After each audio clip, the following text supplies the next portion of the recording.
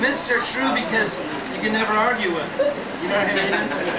So when someone will say, oh, that's a myth, you go, yes, absolutely, that's why it's true. And they're always true and they're inarguable. But there is a legend that the Pilgrims came to this country because they wanted religious freedom, which anyone that's even had a mild introduction to American history knows that that can't possibly be true. And I come from a mixed background. My mom was Quaker, so we hate Puritans because they used to hang Quakers for entertainment on Saturday afternoons. They were so religious and godly and stuff. And my dad was Irish, and so that, you know, the Puritans, even centuries later, after they had long given up believing in God, they still hated Catholics because they still didn't like drinking, brawling, or making babies. And the Irish, being Catholic, were really good at all those things. And so they couldn't get jobs in when they would get to Boston or anywhere where there was a bunch of Puritans. And oh, incidentally, that evil king of England that the United States rebelled against. I had this lady one time. We were doing a concert around Halloween, and I just trying to be nice. I said, wow, you know, you have such a beautiful city here, and all the jack-o'-lanterns look so cool on the way into the concert. You know, they were all lit up, and it just really looked pretty. And this lady came up afterwards, and she was really mad. And she said, you know, why are you advocating the celebration of Halloween? I said, I wasn't. I was just looking at carved up pumpkins. And she said, well, don't you know that Halloween is of the devil? And I said, well, you know, I'm sorry, I still like pumpkins with candles in them. I'm not sure I'm satanic or anything. She said, well, do you have children? I said, no. And she said, well, if you had children, you would understand. I said, man, if I had children, we would carve pumpkins year-round. We would light candles in your honor. So, lady, do you like firecrackers? And she said, yes. And I said, well, do you associate firecrackers with any holiday? She said, yes. I said, what? 4th of July. I said, well, what is the 4th of July a celebration of? She said, it's a celebration of our independence. I said, you're wrong. It's a celebration of a rebellion against the rightful king of England. And doesn't the Bible say that rebellion is as unto witchcraft? So if you can have your firecrackers, I'd like my jack-o'-lantern. We'll just call it evil. The evil king of England was the guy that created, it was a big mistake, I think, but he made Rhode Island as a sanctuary for Baptists because Puritans not only didn't like Catholics or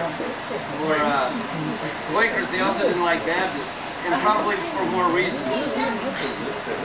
And Maryland was created as a sanctuary for Catholics because all the colonists who were so big on religious freedom.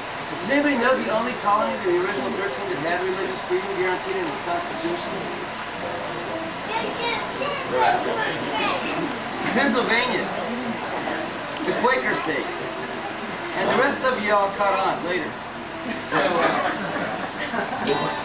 when our family came over from Ireland, they couldn't get jobs in Boston because of all the Puritan influence still up there. So a lot of the Irish ended up in Appalachia mining coal, which is what my dad's family was.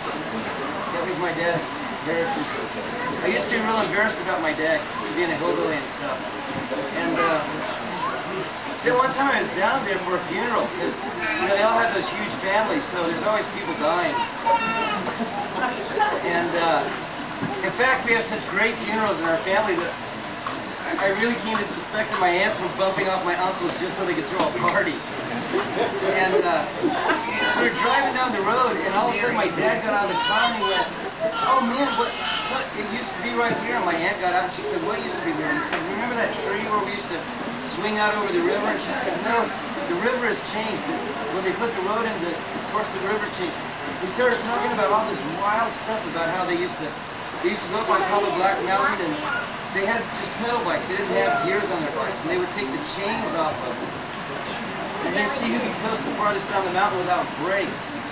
And just to prove how brave they were. You gotta remember they were hillbillies. And they were talking about this glory weed they used to smoke, which I'm sure was just plain old marijuana.